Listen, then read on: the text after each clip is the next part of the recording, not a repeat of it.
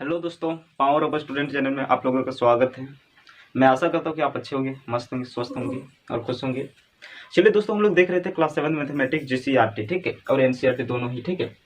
तो इसमें प्रश्नावली यानी पूर्णांक का प्रश्नावली 1.1 का हम लोग पहला, दूसरा, तीसरा, चौथा, पांचवा तक कवर कर चुके हैं, ठीक है। यदि आप उस वीडियो को नहीं देखे होंगे तो वहां से, और इसके लिए सबसे पहले जो मोस्ट इंपॉर्टेंट वीडियो बनाया गया था इंट्रोडक्शन क्लासेस, ठीक है, क्लास 7 का, तो उस वीडियो को आप नहीं देखे होंगे तो उसे अवश्य जरूर देखें, क्योंकि जब उसे देखेंगे तो पूरी कॉन्सेप्ट आपको पता हो जाएगा। फिर बेसिक नंबर्स बताए गए हैं, तो इसके कुछ इस चैप्टर में मीन्स क्या क्या आपको पढ़ना है उसकी समरी बताई गई है, ठीक है। तो आप उसे पहले देख लें, उसके बाद अब यहाँ है तो आपको, आपके लिए ही बेनिफिट होगा, ठीक है, क्योंकि आप आसानी से समझ सकेंगे और आप थोड़ा सा हमें हिंट करेंगे, आप अभी इजिली से बना सकते हैं, ठीक है। तो आप लोग सबसे पहले अपना बुक निकाल लीजिए क्लास 7 का, ठीक है। चलिए हम लोग पांचवा क्वेश्चन देख रहे हैं, ठीक है। बोला है क्वेश्चन, देखिए, बोला निम्नलिखित संख्या रेखा पर पूर्णांकों के साथ कुछ बिंदु अंकित किए गए हैं, ठीक है। अब देखिए, ये हमारा पूर्णांक है, ठीक है, ये हमारा संख्या रेखा है। तो संख्या रेखा पर कुछ बिंदु जो है अंकित किया गया है। देखिए, ये हमारा एक संख्या लिख गया और ये बिंदु देखिए, ये जो बिंदु दिए हैं, ये बिंदु है, ये बिंदु है, ये बिंदु, ये बिंदु है, तो वो अंकित किए गए। देखिए, थोड़ा सा मैं यहाँ आप लोगों को बता देना चाहूँगा कि बहुत सारे बुक में ना थोड़ा प्रिंट गलत हुआ है, ठीक है। थोड़ी छपा, जो बुक का छपाई होता है वो थोड़ा गलत हो चुका है। तो मैं यहाँ जो लिखा हूँ वो काफ़ी मीन्स पूरा सही एकदम, मीन्स एनसीईआरटी के जो रियली जो बुक था उसी के अकॉर्डिंग में इसमें हम लिखे हैं, जो कि पूरा पूरा सही है, ठीक है। तो बहुत सारे बुक में थोड़ा गलत भी दिया है, तो उसे आप लोग सुधार कर लीजिएगा, ठीक है। तो बोला है जो ए बिंदु है अंकित किया गया है, ठीक है। तो इसमें 3 प्रश्न दिए हैं। पहला प्रश्न बोला है, पहला क्वेश्चन बोला, युप्रयुक्त संख्या रेखा पर पूर्णांकों के अलावा कुछ बिंदुओं को अंकित किया गया है। प्रत्येक बिंदु पर उचित संख्या यानी पूर्णांक लिखिए। प्रत्येक बिंदु पर उचित संख्या यानी पूर्णांक लिखिए, ठीक है। तो देखिए, आपको यहाँ लिखना क्या है, सबसे पहले कॉन्सेप्ट को समझिए, ठीक है। क्वेश्चन समझना बहुत ही महत्वपूर्ण है, ठीक है। मैंने क्या बोला, क्वेश्चन को समझना बहुत ही महत्वपूर्ण होता है, ठीक है। जब आप क्वेश्चन समझ जाएंगे तो इजीली आप इसे हल कर लेंगे, ठीक, सॉल्व कर लेंगे। तो बोला है जो अंकित बिंदु दिया है ना, इसमें कौन सी संख्या लिखा जाएगा वो आपको लिखना है, ठीक है। तो इजीली आप लिख सकते हैं। आप कैसे, देखिए, सबसे पहले 0 है और ये 2 है, तो इसके बीच क्या आएगा, 1 आएगा, ठीक है। तो वो बहुत ही ईजी कॉन्सेप्ट है। यहाँ देखिए 1 आएगा, ठीक है। अब देखिए फिर सॉरी 0 और 2 के बीच 1 आएगा। और मैंने क्या बताया था, सबसे पहले 0, जहाँ 0 है वहाँ आप सबसे पहले चलिए, और 0 की दाएं साइड यानी राइट साइड हमारा पॉजिटिव नंबर धनात्मक संख्या होती है और लेफ्ट साइड हमारा क्या होती है, ऋणात्मक संख्या है, ठीक है। तो इसमें देखिए, फिर 2 4 दिया है, फिर 6 8। अब 6 और 8 के बीच कौन सी संख्या लिखी जाएगी, जहाँ एक बिंदु अंकित किया गया है इस पर कौन सी संख्या लिखा जाएगा वो आपको यहाँ लिखना है, ठीक है। तो 6 और 8 के बीच क्या आता है, 7 आता है, 7 होगा। तो उसके बाद 8 और 10 के बीच क्या आएगा, 9 आएगा, ठीक है। तो यही आपको लिखना था। अब इधर भी देखिए, 0 है, -4 है, तो इसके बीच कौन सा संख्या आएगा, तो -2 आ जाएगा, ठीक है। अब -4 और -6, तो इसके बीच कौन सा संख्या आएगा, तो -4 -5 -4 -7 -8 -9, इस पर हम लोग पढ़े थे, तो कौन सा हो जाएगा, तो -5 हो जाएगा, ठीक है। अब देखिए -6 और -8 के बीच कौन सी संख्या लिखी जाएगी, तो देखिए -6, उसके बाद क्या आता है, -7 आता है, उसके बाद हम -8, उसके बाद -9, तो क्या आएगा मेरा -7, ठीक है। और फिर यहाँ देखिए 12 में अंकित किया है बिंदु, तो 12 दे दी है, तो इसमें कोई हमें लिखने की जरूरत नहीं, ठीक है। अब देखिए 12 और 14 के बीच यहाँ अंकित किया है बिंदु, इसमें कौन सी आएगी, तो -12 -13 -14 -15 इस प्रकार आता है। तो हमारा 14 और 12 के बीच में क्या है, -13, ठीक है। तो ये हमारा पहला प्रश्न सॉल्व हो चुका है, ठीक है। अब दूसरा देखिए, इसी का दूसरा यानी ए नंबर हमारा सॉल्व हो चुका। बी नंबर बोला है अंकित बिंदु का पूर्णांक संख्या लिखकर आरोही क्रम में लिखिए। अब आरोही क्रम में मीन्स मैंने क्या बताया था आप लोगों को, आरोही क्रम में होता है असेंडिंग ऑर्डर, क्या असेंडिंग ऑर्डर, ठीक है। तो इससे सबसे पहले जो आप लोग बिंदु हम लोग यहाँ अंकित किया, ठीक है, तो इसको लिखकर कौन कौन से बिंदु को हम लोग यहाँ अंकित किए उसको लिखकर आरोही क्रम में सजाना है। अब कैसे, देखिए यहाँ कितना -13 है, ठीक है, ठीक है। फिर हम और यहाँ -7 किए, कोमा, फिर -5 को दर्शाए, फिर कोमा -2 को दर्शाए, फिर 1 को दर्शाए, फिर हम लोग अंकित बिंदु यहाँ 7 को दर्शाए, फिर 9 को, बस यहीं तक, ठीक है। तो देखिए, ये जो बोला हम लोग जहाँ एक बिंदु दिया ना अंकित किया गया है उस पर क्या कौन कौन से संख्या लिखी जाएगी, वो तो पहला क्वेश्चन बोला था। अब दूसरा बोला है जहाँ मतलब अंकित बिंदु में लिखे गई संख्या को आप उसे आरोही क्रम में सजाए, अर्थात असेंडिंग ऑर्डर में समझाइए, ठीक है। असेंडिंग ऑर्डर में आरोही क्रम, तो मैंने क्या बताया था आप लोगों को, असेंडिंग ऑर्डर में आरोही क्रम में होता है बढ़ते क्रम, ठीक है, छोटा से बड़ा, जैसे 2 4 6 8 10। यदि इस उसमें पूरी कॉन्सेप्ट आपको क्लियर कर चुके हैं फर्स्ट वीडियो में, वही इंट्रोडक्शन क्लासेस क्लास 7 का, आप लोग नहीं देखे होंगे तो आप लोगों से रिक्वेस्ट है कि आप सबसे पहले उस वीडियो को देखिए, तो पूरे कॉन्सेप्ट उसमें समझाया गया, ठीक है। तो उसे देख ले, उसके बाद यहाँ आए, ठीक है, लिंक उसका डिस्क्रिप्शन है, ठीक है। तो अब देखिए आरोही क्रम में क्या बताए थे, छोटी से बड़ी, छोटी से बड़ी, ठीक है। तो छोटी से बड़ी, अब देखिए -13 -7 -5 -2 1 7 फिर 9, ठीक है। तो ये जो हमारा बी नंबर का है, बी नंबर जो क्वेश्चन है, ये हमारा क्या है, ऑलरेडी आरोही क्रम में सजा हुआ है। अब कैसे हुआ देखिए, मैंने क्या बताया, छोटी से बड़ी। और अब देखिए बोलेंगे -13, तो -13 तो हमारा 9 से क्या है, आपके अनुसार अकॉर्डिंग टू यू आप बोलेंगे -13 जो है 9 से बड़ा है, लेकिन नहीं, मैंने क्या बताया था उसमें पहले वीडियो में मैंने बताया था कि -13 और 9 में कौन सी बड़ी है, तो -9 हमारा बड़ा है, ठीक है, सॉरी 9 बड़ा है, ठीक है। -13 जो है -13 हमारा छोटा है, क्योंकि ये माइनस में, ऋणात्मक में, मीन्स कर्ज में है, ठीक है। ये 13 रुपये किसी को देना पड़ेगा, ठीक है, ये कर्ज में है, और ये 9 रुपये अपने आप में पॉजिटिव है, ठीक है, किसी को इसको लेना देने की कोई आवश्यकता नहीं है। तो इसके लिए मैंने पूरी कॉन्सेप्ट क्लियर कराया था। तो देखिए -7 हो गया, देखिए फिर से जो मतलब जितनी बड़ी संख्या यदि माइनस में रहेगा, जितनी बड़ी संख्या चाहे 100 हो, 1000 हो, लाख हो, करोड़ हो, अगर माइनस में रहेगा तो हमेशा पॉजिटिव की तुलना में, धनात्मक की तुलना में सबसे छोटा होता है। क्या होता है, सबसे छोटा होता है, ठीक है। तो देखिए -13 फिर -7 -5 -2 और फिर 1 हो गया, 7 हो गया ना। तो ये हमारा दूसरा जो क्वेश्चन है, यानी 5वां नंबर का बी नंबर जो क्वेश्चन है, वो पहले से हमारा क्या है, मीन्स सजा हुआ है, ठीक है। सेकंड बोला है आपका सी नंबर क्वेश्चन बोला है, अंकित बिंदु का पूर्णांक संख्या लिखकर अवरोही क्रम में लिखिए, ठीक है। कुछ नहीं, बिल्कुल भाई, पहला मीन्स बी जो इसमें बोला था, बी में हमारा क्या बोला था, आरोही, और सी बोल रहा है अवरोही, सी यानी सी जो बोला अवरोही। अवरोही मैंने क्या बताया था, अवरोही मीन्स होता है घटते क्रम, यानी बड़ी संख्या से छोटी, बड़ी संख्या से छोटी।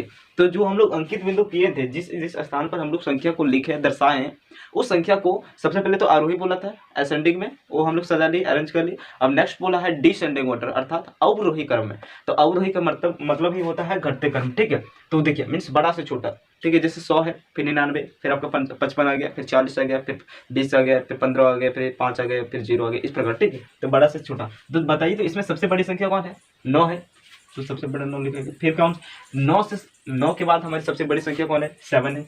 अब 7 के बाद हमारी सबसे बड़ी संख्या कौन है, 1 के बाद हमारी सबसे बड़ी संख्या कौन है, तो एक प्रकार से -2 आ गया, फिर -5 आ गया, फिर -7 आ गया, फिर -13। कुछ नहीं, सिंपल सा, यहाँ से आप लिखना शुरू करेंगे और यहाँ अंत कर देंगे, बिल्कुल ईजी है।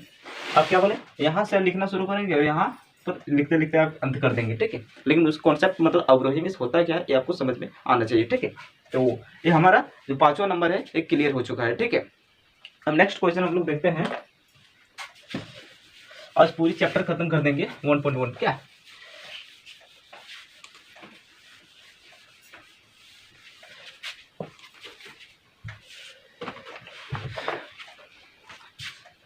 ये आपका 6ठा नंबर है, बोला है, आप लोग बुक निकालिए, निकाल लो और पढ़िए।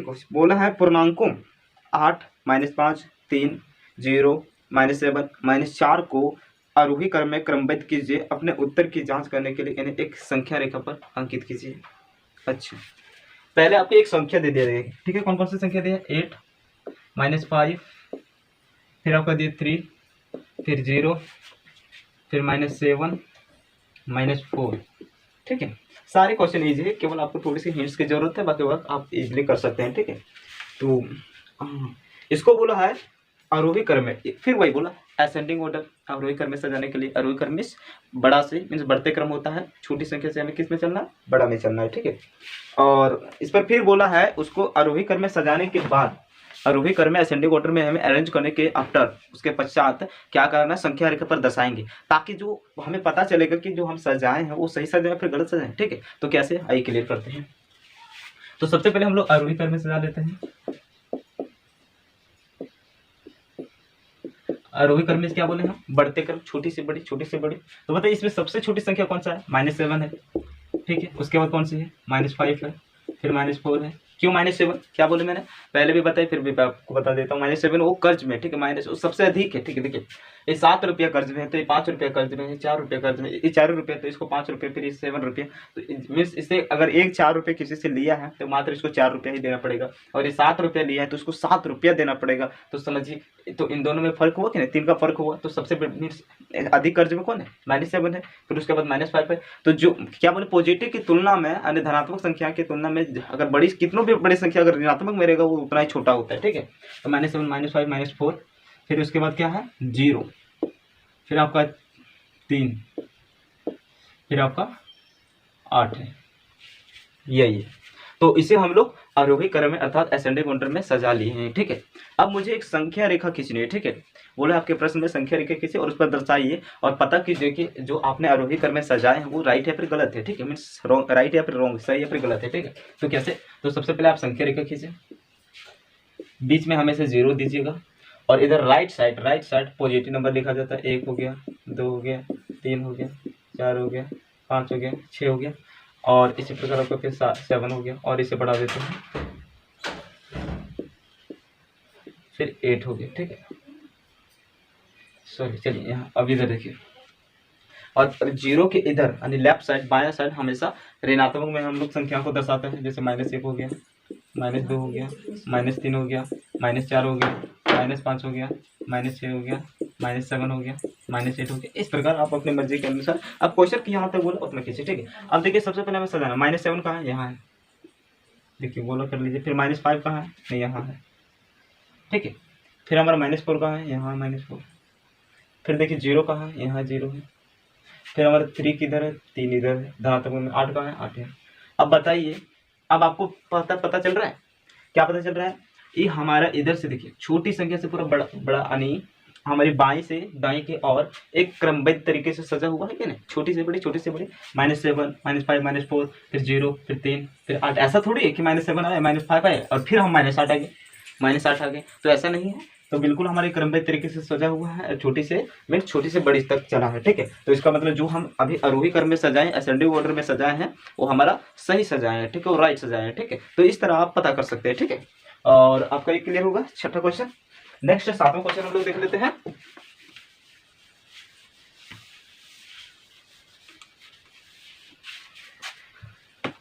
फिर से पढ़िए 7वां क्वेश्चन। देखिए थोड़ा सा मैं यहाँ आप लोगों के लिए कॉन्सेप्ट क्लियर करना चाहूंगा कि क्वेश्चन ना किसी बुक में 5वां का पहला जगह कर दिया और पहला का 5वां जगह कर दिया, तो एक घबराइएगा मत, हम क्वेश्चन यहाँ पढ़ रहे हैं, आपको पूरी सॉल्यूशन भी कर रहे हैं, तो इसके लिए डोंट वरी, ठीक है।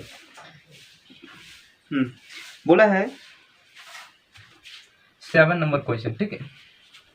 किसी प्रश्नोत्तरी में सही उत्तर के लिए धनात्मक अंक दिए जाते हैं, ठीक है। मीन्स क्यूज प्रतियोगिता होता है, ठीक है, प्रश्न का, ठीक है। जैसे who was the first prime minister of my India, means बच्चों की तरह एक क्यूज होता है, ठीक है। जीके जानते हैं, जनरल नॉलेज, तो उसी प्रकार क्या हो रहा है, क्यूज हो रहा है, ठीक है। तो उसमें जो सही उत्तर देते हैं, ठीक है, उसके पॉजिटिव नंबर ऐड किए जाते हैं, अर्थात धनात्मक अंक दिए जाते हैं, ठीक है, धनात्मक में, ठीक है। और गलत उत्तर के लिए ऋणात्मक अंक दिए जाते हैं। गलत उत्तर के लिए क्या दिए जाते हैं, ऋणात्मक अर्थात नेगेटिव नंबर दिए जाते हैं, ठीक है, यदि आप गलत देंगे तो, ठीक है। तो यदि जांच उत्तरोत्तर चक्रों यानी राउंड में जैक द्वारा प्राप्त किए गए अंक 15, -5, -10, -25 और 20 थे, तो बताइए अंत में उसके अंकों का कुल योग कितना था। बिल्कुल इजी है। तो इसमें आपको बताना है कि जो वो धनात्मक अंक प्राप्त किया और ऋणात्मक जो उसको मीन्स जो धनात्मक और ऋणात्मक मिला, तो उसमें से कौन सी संख्या हमारी कितना है, धनात्मक में कितना मार्क्स वो प्राप्त किया, फिर ऋणात्मक में कितना है। तो कैसे जांच करेंगे, सबसे पहले समझिए, तो क्वेश्चन को समझिए, ठीक है। Question most important, very necessary, ठीक है, इसको समझना बहुत ही इंपॉर्टेंट है। तो बोला एक प्रतियोगिता हो रहा है, ठीक है, यानी जीके क्यूज, ठीक है, समझिए। तो उसमें जो व्यक्ति सही उत्तर दे रहा है, जो विद्यार्थी सही उत्तर दे रहा है, उसको धनात्मक अंक दिए जाते हैं, और जो गलत दे रहा है उसको ऋणात्मक अंक दिए जाते हैं। तो कितना कितना दिया गया है। अब किसी व्यक्ति को मान लीजिए राहुल, ठीक है, इसमें नाम नहीं दिया बट अपने से समझने के लिए मान लेते हैं राहुल है, ठीक है। चलिए, तो उसको दिया गया है 15, फिर -5, फिर -10, फिर 20 और लास्ट में 25, इतना दिया गया है, ठीक है। 15, -5, -10, 20 और 25 इतना दिया गया है, ठीक है।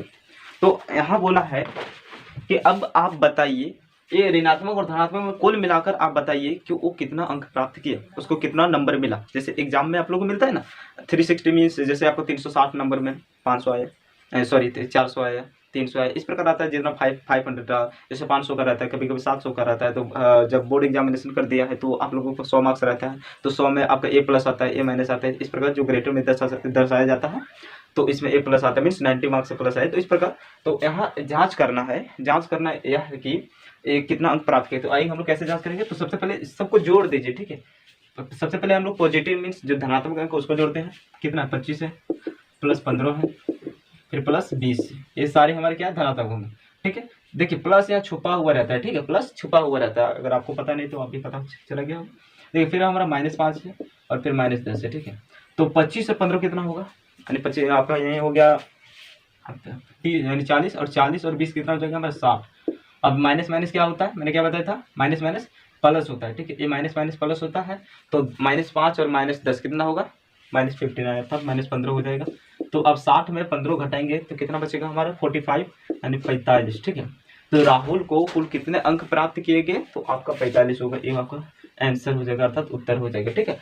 तो आई होप आप समझ रहे होंगे और समझ गए। और नेक्स्ट क्वेश्चन हम लोग देख लेते हैं। अब हम देखते हैं 8वां क्वेश्चन, ठीक है।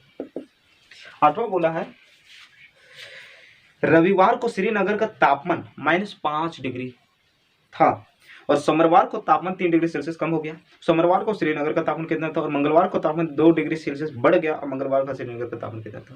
मुझे लगता है आपको समझ में नहीं आया। चलिए मैं आपको समझाता हूँ। जो संडे को, रविवार को श्रीनगर, आपको श्रीनगर पता होगा, जम्मू कश्मीर, ठीक है। जम्मू कश्मीर की उसकी कैपिटल है, ठीक है, श्रीनगर, ठीक है। और जम्मू कश्मीर अब हमारे केंद्र शासित प्रदेश हो गया, राज्य नहीं है। तो -5 डिग्री सेल्सियस, ठीक है, यानी श्रीनगर का जो तापमान है -5 डिग्री सेल्सियस। कब, संडे को, संडे में रविवार को, ठीक है। और बोला सोमवार को 3 डिग्री सेल्सियस क्या हो जाता है, कम हो जाता है। कम मीन्स माइनस, ठीक है, हमेशा ध्यान दीजिए, कम बोलेगा तो माइनस और अधिक बोलेगा तो प्लस, ठीक है। तो सोमवार को यानी मंडे को क्या हो जाता है, -2 डिग्री सेल्सियस और कम हो जाता है। तो आपको मीन्स प्रश्न पूछा है कि सोमवार को श्रीनगर का तापमान कितना था। आपको पता होगा कि 0 डिग्री सेल्सियस जैसे ही आता है टेम्परेचर, तो मीन्स जल जो होता है, जल हमारा वाटर जिसे हम लोग पीते हैं, अपने डेली लाइफ में यूज करते हैं, वो मीन्स जमने लगते, जम जाता है, ठीक है। तो टेम्परेचर यदि अभी नॉर्मल कितना था हम लोग 45, या फिर कभी कभी गर्मियों में अधिक, जब गर्मी आ जाता है तो 45 भी चला जाता है, 40 भी चला, 42 भी चला जाता है, 35, वो अपने मीन्स वेदर के अकॉर्डिंग रहता है। तो इसमें बताना है आपको कि सोमवार को, यानी सोमवार को श्रीनगर का तापमान कितना था, ठीक है। तो क्या कीजिए, जोड़ दीजिए, ये -5 डिग्री सेल्सियस हुआ और -2 डिग्री सेल्सियस कितना होगा। अब बताइए माइनस माइनस प्लस होता है तो -7 डिग्री सेल्सियस होगा, है कि नहीं। सॉरी मिस्टेक, 3 डिग्री सेल्सियस बोला है, ठीक है। मंडे को बोला 3 डिग्री सेल्सियस क्या हुआ, कम हो जाता है, ठीक है, कम हो जाता है, ठीक है। मिस्टेक, माफी चाहूंगा। चलिए -5 डिग्री सेल्सियस माइनस कितना हो जाएगा, 8 डिग्री सेल्सियस, 8 डिग्री सेल्सियस। तो हमारे सोमवार को श्रीनगर का तापमान कितना था, -8 डिग्री सेल्सियस, ठीक है। और फिर बोला है मंगलवार को तापमान 2 डिग्री सेल्सियस बढ़ जाता है। अब इसके अकॉर्डिंग यहाँ ध्यान दीजिएगा, ये 8 डिग्री जो सेल्सियस है, इसके अनुसार इस सोमवार, ये कितना मेरा सोमवार का तापमान कौन सा दिन का है, सोमवार का, ठीक है। अब बोला है कि मंगलवार को 2 डिग्री सेल्सियस क्या हो जाता है, बढ़ जाता है। बढ़ मीन्स अब अधिक बोल रहा है, मीन्स बढ़ जा रहा है, तो पॉजिटिव, ठीक है, अर्थात प्लस हम लोग दर्शाएंगे कितना बढ़ रहा है, 2 डिग्री सेल्सियस। तो बोला है मंगलवार का श्रीनगर का तापमान कितना था, तो आपको फिर से वही करना है, जोड़ घटा। तो कितना, सोमवार का 8 डिग्री सेल्सियस है कि नहीं, माइनस में, और ये प्लस 2 डिग्री सेल्सियस है। अब बताइए प्लस माइनस माइनस होता है तो बराबर कितना होगा, -6 डिग्री सेल्सियस, ठीक है। माइनस क्यों लगाए यार, -6 क्यों लिखे, क्योंकि बड़ी संख्या में हमारी माइनस का सैम्बल है, चिन्ह है, ठीक है। अगर जिस भी संख्या में, यानी जो बड़ा संख्या रहेगा उसे प्लस का सैम्बल रहेगा तो प्लस दिया जाएगा, और माइनस का रहेगा तो हमारा माइनस दिया जाता है, ठीक है। तो हमारा 8 नंबर क्वेश्चन कंप्लीट हो चुका है। अब फिर देखिए हमारा 9 नंबर यानी 9वां नंबर क्वेश्चन बोला है, मनोज अपने बैंक खाते में मीन्स अकाउंट जो होता है ना, तो उसमें 5,000 रुपया जमा करता है। मनोज के पास इतना पैसा है, चलिए करने दीजिए। और अगले दिन और नेक्स्ट डे वो इसमें से 2,674 रुपये, ठीक है, 2,674 रुपया क्या करता है, निकाल लेता है, ठीक है, निकासी कर लेता है अपने खाते से, ठीक है। कोई जरूरत लगा होगा, ठीक है, चलिए कोई काम होगा उसका, चलिए। तो यदि खाते में से निकाली गई राशि को ऋणात्मक संख्या से निरूपित किया जाए, ऋणात्मक मीन्स माइनस, ध्यान दीजिएगा, ऋणात्मक मीन्स माइनस और धनात्मक मीन्स प्लस, ठीक है। तो बोला यदि खाते से हम पैसा जो निकाला, कौन कौन निकाला, मनोज अपने खाते से पैसा को निकाल लिया 2674 रुपये, तो उसे हम यदि हम ऋणात्मक में दर्शाएंगे, वो क्वेश्चन नहीं बोलते आपको, ऋणात्मक में यदि निरूपित किया जाएगा तो खाते में जमा की गई राशि को आप कैसे निरूपित करेंगे। तो निकासी के बाद मनोज के खाते की शेष राशि ज्ञात कीजिए। अब जब निकाल लिया तो अब बताइए कि उसके खतवा में मीन्स उसके अकाउंट में कितने रुपया बचा। ठीक है, तो आप समझिए। तो सबसे पहले वो उसके पास जमा कितना करता है, 5000 रुपया क्या करता है, जमा करता है। और फिर अगले दिन वो क्या करता है, 2674 रुपया निकाल लेता है, यानी निकासी कितना करता है, निकासी कितना करता है, 6274 नहीं ना करता है, 6674 इतने रुपये क्या करता है, निकाल लेता है। अब बोल दिया आपके प्रश्न में कि यदि 6674, कहाँ मिस्टेक हो रहा है, 2674 रुपया यदि वो अगले दिन निकाल लेता है, इसको यदि ऋणात्मक में निरूपित किया जाए, ऋणात्मक में ध्यान दीजिएगा, माइनस में, ठीक है। तो जो जमा किया है मनोज अपने खाते में, पैसा जो जमा किया उसको आप किस रूप में निरूपित करेंगे। ठीक है, तो जमा मीन्स जमा किया तो उसके लिए अच्छा हुआ, तो क्या हम लोग हमेशा प्लस, ठीक है, प्लस जमा, अब जमा किया उसके लिए खुशी की खबर हुआ कि नहीं, तो हम यहीं से पता चल रहा है पॉजिटिव में जा रहा है। अब बता, ऐसा यदि प्रश्न में बोलता है कि 5000 रुपये वो निकालता है, निकालना मीन्स माइनस और जमा करना मीन्स प्लस। ठीक है, तो प्लस में हम लोग निरूपित करेंगे, सिंपल सा आप धनात्मक में निरूपित करेंगे। अब बोला है तो आप निकासी के बाद जब पैसा निकाल दिया अकाउंट से, तो उसके पास मनोज के खाते में, यानी मनोज के अकाउंट मीन्स में, मनोज के अकाउंट में कुल कितने रुपये बचे, तो हम लोग कैसे ज्ञात करेंगे, माइनस कर दीजिए, घटा दीजिए 5000 में। अब 2674 रुपया निकाल देता है, तो घटाइए, आपका 10 में 4 गया तो फिर 6 बचा, 9 में 7 गया 2 बचा, फिर 9 में 6 गया 3 बचा, और फिर यहाँ आपका 4 में 2 गया तो फिर यानी कितना रुपया बचता है, कितना रुपया बचता है, 2326 रुपया। अब मनोज के खाते में कितना बचा, 2326 रुपया। अब अगले में लेते हैं, इसको यूज करेगा, फिर कहीं भी यूज करेगा, उसका मर्जी। चलिए, तो ये हमारा सॉल्व होगा। ठीक है, आई होप आप समझ रहे होंगे। और एक लास्ट हमारा 10वां नंबर क्वेश्चन है, इसको भी क्लियर करा देते हैं क्या, उसके बाद हम लोग चलेंगे पूरी।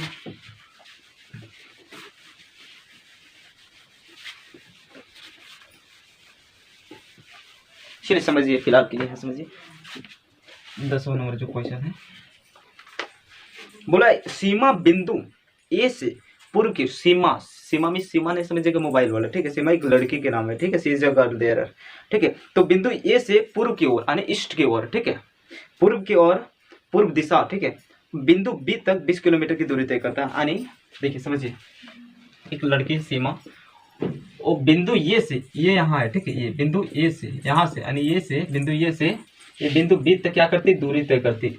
एक किधर तय करती, यानी पूर्व की ओर, यानी ईस्ट दिशा की ओर, ठीक है, ईस्ट डायरेक्शन की ओर, यानी पूर्व दिशा की ओर, ठीक है। कितना तय करती है, तो 20 किलोमीटर वो पैदल चलती है। आप चल पाएंगे कभी, चलिए, आपके लिए स्वास्थ्य के लिए अच्छी बातें हैं, ठीक है। तो 20 किलोमीटर क्या करती है, वो दूरी तय करती है, ठीक है। उसके बाद बोला आपके प्रश्न, उसी सड़क के अनुदिश, अनुदिश मीन्स विपरीत, जस्ट ऑपोजिट, इस सड़क से गया ना सीमा, तो इसी सड़क के उल्टा मीन्स ऑपोजिट, ठीक है, ऑपोजिट, इसके विपरीत बोला है, उसी सड़क के अनुदिश बिंदु बी से वह 35 किलोमीटर दूरी पश्चिम की ओर जाती है, ठीक है। तो यहाँ ये बिंदु बी से क्या करती सीमा, यहाँ से इसी सड़क, यही सड़क के ठीक इसी सड़क से ये 35 किलोमीटर और दूरी ये पश्चिम की ओर तय करती है, पश्चिम की ओर तय करती, कितना, 35 किलोमीटर, यानी इधर 20 किलोमीटर गई और फिर वहीं से वापस लौट गई, और इधर कितना दूरी तय की, 35 किलोमीटर, अर्थात फिर से यदि 20 की तुलना में कहा जाए तो 15 किलोमीटर और अधिक दूरी तय की, ठीक है। तो बोला है आपके और यदि पूर्व की ओर तय की गई दूरी को धनात्मक पूर्णांक से निरूपित किया जाए, मीन्स जो पूर्व दिशा की ओर बिंदु ए से बी तक जो सीमा दूरी तय की, इसको हम धनात्मक यानी प्लस में निरूपित किया जाएगा, तो पश्चिम की ओर तय की गई दूरी को आप कैसे निरूपित करेंगे। अब देखिए, यदि ये पूर्व की ओर मीन्स इधर गया, पूर्व की ओर यदि प्लस में निरूपित कर दिया गया है आपके क्वेश्चन में, आपके प्रश्न में, तो इधर जब फिर उसी रास्ते से ऑपोजिट मीन्स उल्टा लौटेंगे तो हमारा माइनस में होगा, जाहिर सी बात है, इसमें कुछ सोचने समझने वाली बातें नहीं, माइनस में हम लोग अंकित को दर्शाएंगे। तो फिर बोला है बिंदु ए से उसकी अंतिम स्थिति को किस पूर्णांक से आप निरूपित करेंगे, ठीक है। समझिए, बिंदु ए से उसकी अंतिम स्थिति मीन्स 20 किलोमीटर बिंदु ए से बी तक दूरी तय की, अब फिर यदि ये से कहाँ से स्टार्ट की, ये से, अब फिर बी से ए तक यदि वो वापस आ गई, यहाँ तक आ गई, तो इसके बाद ए से फिर कितना दूरी और अधिक तय की, समझे, ए के बाद यहाँ तक आने के बाद और कितना दूरी किलोमीटर मीन्स कितने किलोमीटर दूरी और तय की सीमा, ठीक है। तो देखिए अब यहाँ से हमारे 20 है, यहाँ से 20 है और 35 इतना गया, तो देखिए इसका मतलब जाहिर सी बात है निकल रहा है कि 15 किलोमीटर और अधिक दूरी तय की।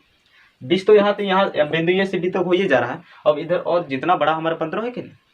चलिए अब इसको ऐसे भी बना सकते हैं, आप घटा दीजिए, ठीक है, -35 में +20 कर दीजिए, प्लस माइनस माइनस होता है, जब 35 में 20 घटाएंगे कितना बचेगा हमारा -15 डिग्री। क्यों माइनस, क्योंकि माइनस हमारा देखिए बड़ी संख्या में क्या किसके चिन्ह है, माइनस का है, तो हमारा माइनस में, ठीक है, एक 15, ठीक है, अब 15 किलोमीटर, फिर 15 किलोमीटर दूरी लिख दीजिए तय करेगी।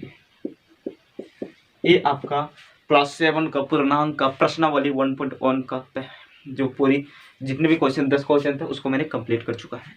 आई होप आपको इस वीडियो काफ़ी अच्छा लगा होगा, और अगर आपके माइंड में थोड़ी सी आपकी समझ में नहीं आया, अपने किसी भी प्रकार के आपके माइंड में क्वेश्चन है, प्रश्न है, तो आप कमेंट बॉक्स में कमेंट कीजिए, ठीक है, मैं उसका रिप्लाई अवश्य करूंगा।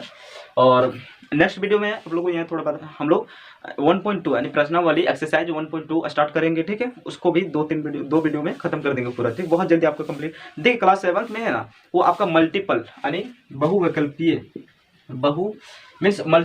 मल्टीपल चॉइस क्वेश्चन रहता है, अर्थात आपका एक प्रश्न पूछा जाता है, एक क्वेश्चन पूछा जाता है, उसमें से 4 ऑप्शन रहते हैं, A B C D, 4 option रहते हैं, ठीक है। अब इसको आपको टिक लगाना है कि ऑप्शन हमारे ये सही होगा कि बी सही होगा, डी होगा, आपके अनुसार जो सही रहेगा उसमें टिक लगाना होगा, ठीक है। आपके बोर्ड एग्जामिनेशन में पूछा जाता है, ठीक, मल्टीपल मीन्स बहुविकल्पीय प्रश्न, ठीक है, ऑब्जेक्टिव प्रश्न जिसे आप लोग कहते हैं, तो उस प्रकार के प्रश्न पूछा जाता है। तो आप साइंस में, मैथमेटिक्स, हिंदी में और अदरवाइज सब्जेक्ट में, किसी भी सब्जेक्ट में आप थोड़ा भी उस स्टोरी को पढ़ें तो लिख सकते हैं, ठीक है, पता कर सकते हैं कि कौन सा होगा कि नहीं होगा, ठीक है, क्योंकि कहानी को आप सुने तो हिंदी वाला पता लगा, अरे प्रेमचंद इसकी कहानी राइटर है, तो ये वो लगा सकते हैं, ठीक है। लेकिन मैथ में आप तब तक नहीं उसको सही ज्ञात कर सकेंगे कि जब तक आप उसे सॉल्व ना करें। आप अनजाती कैसे मार दीजिएगा, जैसे हम बोले सपोज दैट, मानिए कि 100 से यानी फिर ऐसे मानिए 100 और 1 के बीच कुल कितने पूर्णांक है, ठीक है, आप फिर कुल कितने अभाज्य संख्या, प्राइम नंबर हमें जिसे कहते हैं, ठीक है।